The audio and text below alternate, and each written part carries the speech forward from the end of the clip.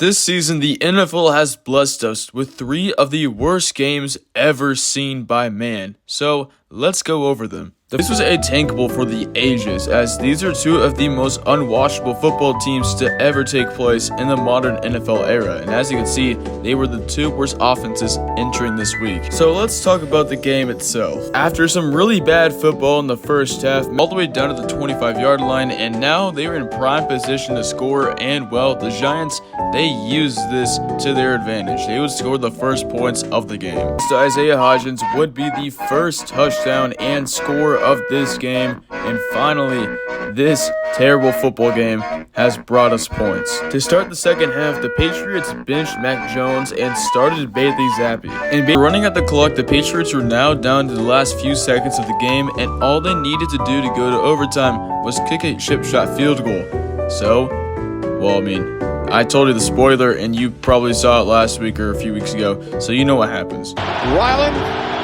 from 35 will attempt to tie the game. Perfect ending to an historic day. What a finish.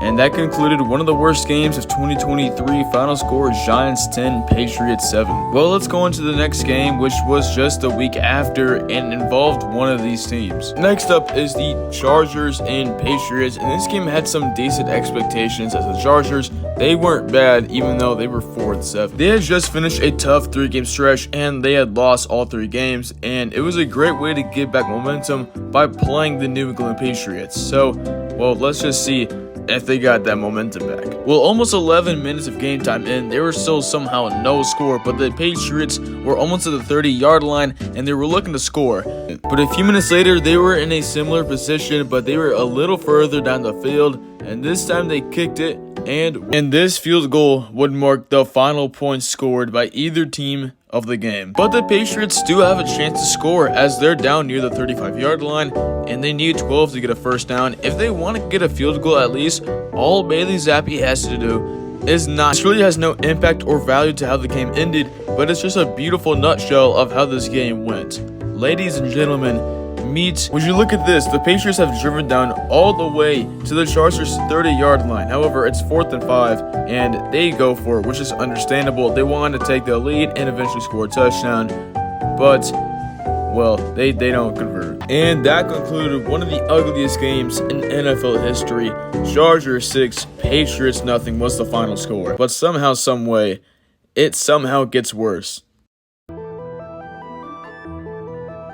Inspiration of this video and one of the worst NFL games of all time, 3-0. It's the 3rd lowest score you could possibly get in a football game. Last time a game ended 3-0, this is what the field conditions looked like. It was raining pretty much all game long. And this game took place in a dome. Now, this game had some playoff implications going into it, and there was one star player returning. Jefferson was out since week 5, and with him being one of the best players in the NFL, it was exciting and great to finally see him return. Jefferson up to get it. Just like that, Justin Jefferson got hurt again, and he wouldn't return to the game, and not having him in the game was going to be significant for both sides. Now, there was a chance for points to be scored earlier than the 4th quarter, as Aiden O'Connell had Vikings recovered, wiping any chance of any points being scored at that time. Vikings quarterback Josh Dobbs, aka the Pastronaut, crashed back down to earth this game, and he was benched for 7-year man Nick Mullins. Despite playing way less than him, Nick Mullins put up more passing yards and a better completion percentage, and it looks like he's going to start next week for the Vikings as well. But finally, everyone waiting and anticipating for points